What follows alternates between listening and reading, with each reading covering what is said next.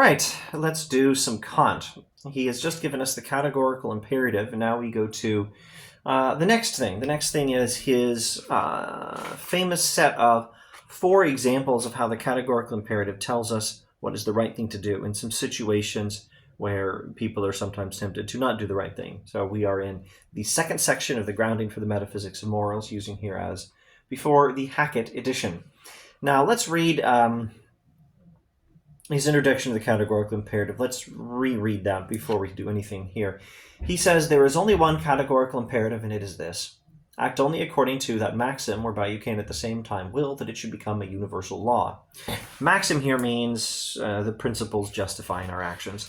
Act only according to the principles that you could wish everyone would follow, or wish would become a universal law. Now, one confusing thing about Kant is there's only one categorical imperative. He says it here plainly enough, but he gives different versions of it. So later we'll see the treat human beings as ends in themselves, but then he also says treat rational beings as ends in themselves.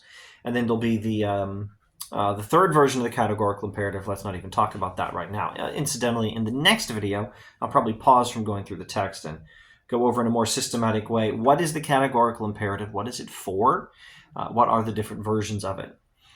For now, let's not do that. Let me just state that he'll give 2 different ways of saying the third version of the categorical imperative. I think it's 2. And 2 different ways of saying the second version. Treat human beings and then treat rational beings as ends in themselves. And here, he's just given us the first way of saying the first version. And he's going to give us a second way of saying the first version in a moment. And it can be really confusing. My suggestion, if you think there's more than 3 versions of the categorical imperative, or if you think there's more than 1 version of the categorical imperative, you're doing okay, mostly, but you're still wrong. There's only one categorical imperative, and he gives 3 versions. He thinks versions 2a and 2b, and versions 3a and 3b, and versions 1a and 1b all mean the same thing. Well, I guess you could say they all mean the same thing, but 2a and 2b mean the same thing, 3a and 3b mean the same thing, 1a and 1b mean the same thing, and use that system for categorizing what he's talking about if it helps. There's version 1, which is act only according to principles that you could wish would be universal laws, meaning everyone would follow them. And that's version 1a. But version 1b of the same thing will be introduced in the 2 paragraphs. Later, he says, the universal imperative of duty may be expressed, thus act as if the maxim of your action were to become through your will a universal law of nature. Now, I believe all he's saying here is, as a parallel way of saying the categorical imperative version 1, which is act only according to principles that you could wish everyone would also act by. Now, act only according to principles that you could wish were written in the laws of physics so that everyone was forced to act by them. That's version 1b of the categorical imperative. And with that in mind, we can now get to his 4 examples of how categorical imperative guides our actions, 4 examples of how it tells us what is right. Now, I'm gonna not elaborate on his way of categorizing these 4 examples. The 4 examples fit particular duties. He says, we shall now enumerate some duties, following the usual division of them into duties to ourselves and to others, and into perfect and imperfect duties, or obligations, if you prefer. There's perfect and imperfect obligations, and obligations to ourselves and obligations to others. I'm not going to go through that system of categorizing the obligations, but he gives an example in each of those 4 options there, 2 times 2. First one is the question of the permissibility of suicide. Now, this is not actually suicide in all cases. That's a separate question, but this is suicide for simple, selfish reasons. Let me just read this paragraph. A man reduced to despair by a series of misfortunes feels sick of life, but is still so far in possession of his reason that he can ask himself whether taking his own life would not be contrary to his duty to himself. Now he asks whether the maxim of his action could become a universal law of nature, but his maxim is this: from self-love I make as my principle to shorten my life when its continued duration threatens more evil than it promises satisfaction. There only remains the question as to whether this principle of self-love can become a universal law of nature. One sees at once a contradiction in a system of nature whose law would destroy life by means the very same feeling that acts so as to stimulate the furtherance of life, and hence there could be no existence as a system of nature. Therefore, such a maxim cannot possibly hold as a universal law of nature, and is consequently wholly opposed to the supreme principle of all duty. Now, I almost want to make some jest about how that was perfectly self-explanatory, so let's move on. But I couldn't pull it off with a straight face. Nothing about that was self-explanatory, unless you're a real seasoned reader of Kant, in which case it's still not self-explanatory. All right, what's he talking about? He's talking about what about a person who wants to commit suicide because life sucks, and it seems like suicide is the happier option, or at least the less unhappy option. Is it permissible to commit suicide in this situation? Well, first, this is how the categorical imperative works now. First, to identify what is the principle of the action we are considering here. What moral principle would this action put into effect? And then second, we ask whether that principle could be universalized. And the principle here is from self-love, I can shorten my life when its continued duration threatens more evil than it promises satisfaction. The principle is basically you can act out of self-love, out of love of yourself, to make your life shorter when it seems like you'll have more unhappiness than happiness out of life. And he uses now version 1b of the categorical imperative, asking, could this be a universal law of nature? So now I really should say it's not just laws of physics, it's laws of nature, and that includes things like when I am hungry and thirsty, I start wanting food and drink. That's laws of nature. Those are biological laws. That's how biological organisms work. So now, ask if the laws of nature could include as a law, the principle of ending your life when it promises less satisfaction, less happiness than unhappiness. And the answer is no, because the laws of nature are there to support biological life. And so they can't be supporting ending it. And therefore, this particular moral principle fails the test of categorical imperative version 1. It cannot be universalized. Clear as mud? Oh, I hope not. Suicide for selfish reasons is bad because the principle of committing suicide for selfish reasons cannot be made a universal principle. That's the general idea. We're going to find the same thing with the next 3 temptations, and I hope to go through them more quickly.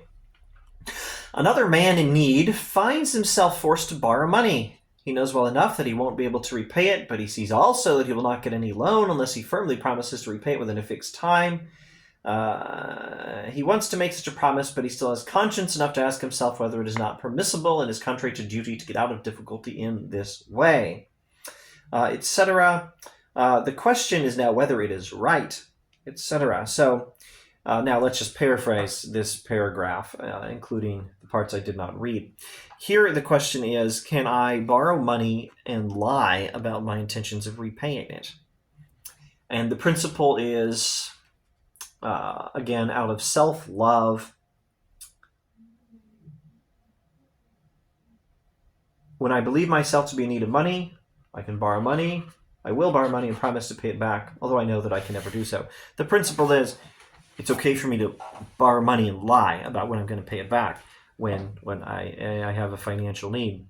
That's the principle of the action to which a person is tempted in this scenario. So now Kant asks, can that principle be universalized? And no, it can't, because if everyone acted the same way, in fact, if it were version 1b of the categorical imperative, if it were written into the laws of physics, so to speak, or more precisely, if it became a law of nature such that every member of the human species were acting this way in those particular circumstances, just as we all find ourselves desiring food when we're when we need nutrition. We find ourselves hungry when we need food. If this principle became a law of nature in that sense, no one would believe anyone when anyone said he needed to borrow money, would definitely pay it back within a certain amount of time.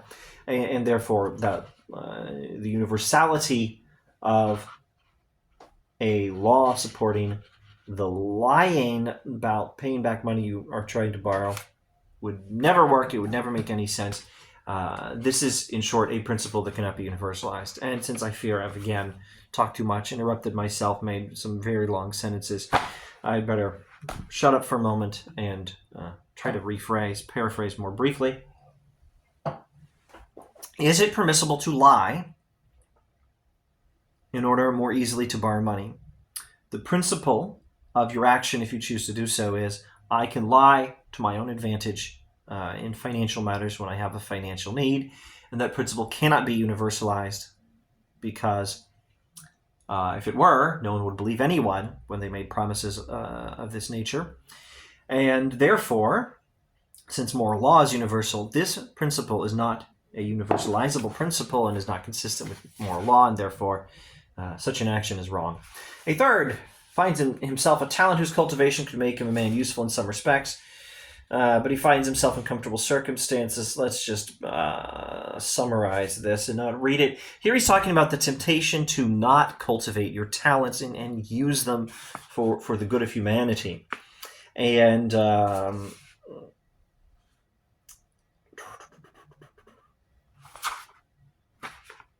And he says, the principle of your action here is you can neglect your natural gifts when it's easier, when it looks like it'll make you happy. You can play more video games and do less work. That's the principle of your action if you choose to neglect the development and use of your talents.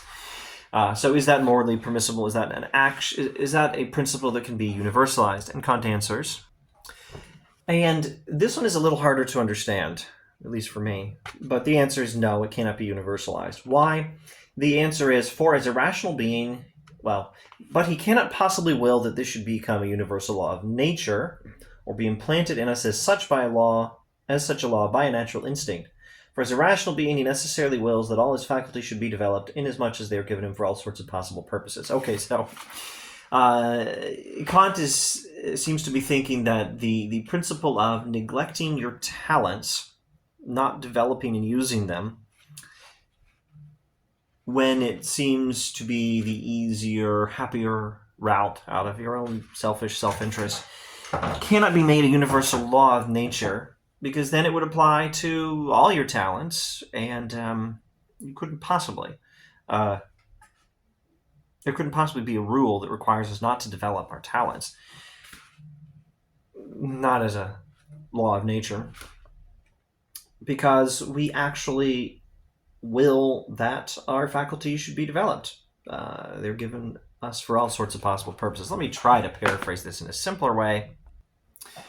Let's say I have a talent for explaining philosophy, and I should cultivate and use that talent because because the selfish alternative is wrong, and the selfish alternative is just be lazy and play more video games.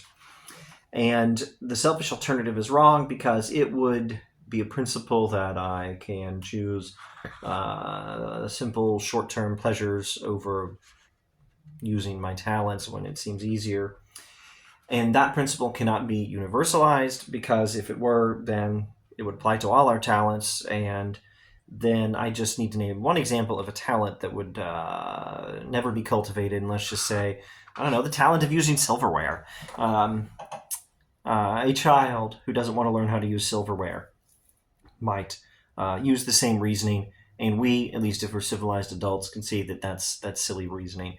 And a universal law of nature, or a universalizing of the principle of not neglecting your talents out of selfish reasons, a principle of neglecting or not developing your talents out of selfish reasons would have children not even learning how to use silverware, and all the other things that obviously involve cultivated talents that are good and useful and that we cannot wish to do without. All right.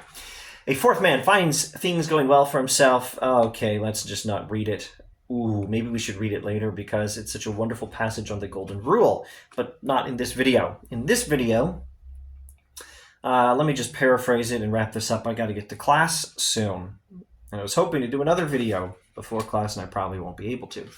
The fourth example is neglecting the obligation to charity, or philanthropy, or almsgiving, or benevolence, or kindness towards people whom you are able to help. The standard way of understanding this, of course, would be just donating money to the poor, hopefully in a useful way. There are useful ways and less useful ways of giving money to the poor. But, donating your time, or for those of us who can, donating blood and things like that, all kinds of acts of charity, benevolence, kindness, and almsgiving apply here. And a person is tempted to neglect that obligation. Don't do any harm to anyone, but also don't help anyone. And don't ask for help. And he asks, can that be a universal law of nature? What is the principle of that action? And can it be a universal law of nature? Can it be universalized? And the principle would be more or less that it's okay for me to not help anyone else, as long as I'm not harming them. Can that be a universal law of nature? Can we wish it as a universal law of nature? Short answer is, you cannot wish it as a universal law. It could be a universal law, and it would be a heck of an improvement on the way things are now. If everyone was a selfish jerk in just this way, never helping anyone, but also not harming anyone, that would be a huge improvement. But it's not enough, because we can still recognize that there are times when we need help. Everyone needs help from someone else sometimes, and we want people to help us. We cannot wish that everyone would do no harm and also never do any help, because sometimes we will want help. And so that principle also cannot be universalized. And so there is still a real obligation to help other people when you can. Of course, exercise prudence. Time may be a greater gift than money in some cases, and so on. But now is not the time to talk about that. Now is the time for me to wrap up this video. Golly, I'm sorry it was so long. Thanks for watching. If you actually watched this far,